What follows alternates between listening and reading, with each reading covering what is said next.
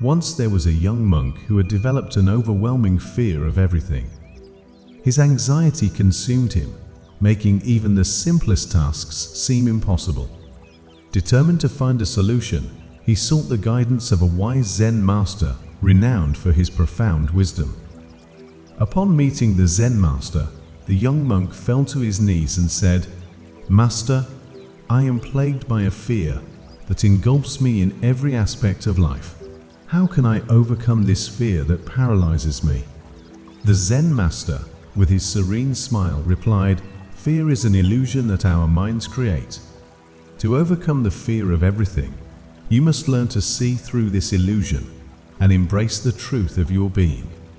The young monk was puzzled but eager to understand. The Zen master then shared a story.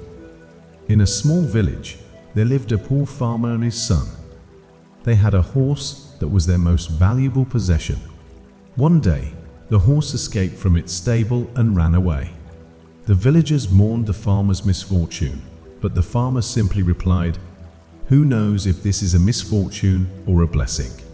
A few days later, the horse returned, leading a herd of wild horses into the farmer's field. The villagers rejoiced at the farmer's sudden good fortune, but the farmer remained calm and said, "Who knows if this is a fortune or a disaster?" The next day, the farmer's son attempted to ride one of the wild horses, but fell off and broke his leg. The villagers expressed their sympathy, yet the farmer calmly said, "Who knows if this is a calamity or an opportunity?" A week later, a war broke out, and all the young men from the village were conscripted into the army, except for the farmer's son, who couldn't join due to his injury. The villagers mourned for their sons, but the farmer quietly stated, "Who knows if this is a sorrow or a blessing?" The Zen master concluded the story and turned his gaze to the young monk.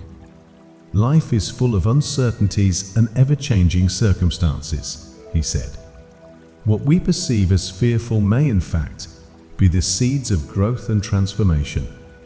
By letting go of our preconceived notions and judgments, we can find freedom from fear." The young monk pondered the story and slowly began to understand. He realized that his fear of everything stemmed from his attachment to specific outcomes and his tendency to label experiences as either good or bad. With this newfound awareness, he started to embrace the present moment, accepting it just as it was, without judgment or resistance. As he continued his practice, the young monk discovered that fear, like all emotions, arose and passed away.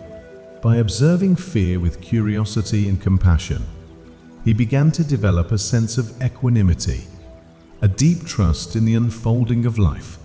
Over time, the young monk's fear of everything gradually dissolved.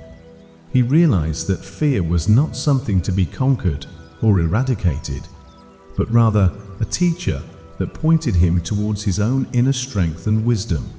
Through his journey, the young monk became an embodiment of fearlessness, inspiring others to face their fears with an open heart and an unwavering spirit.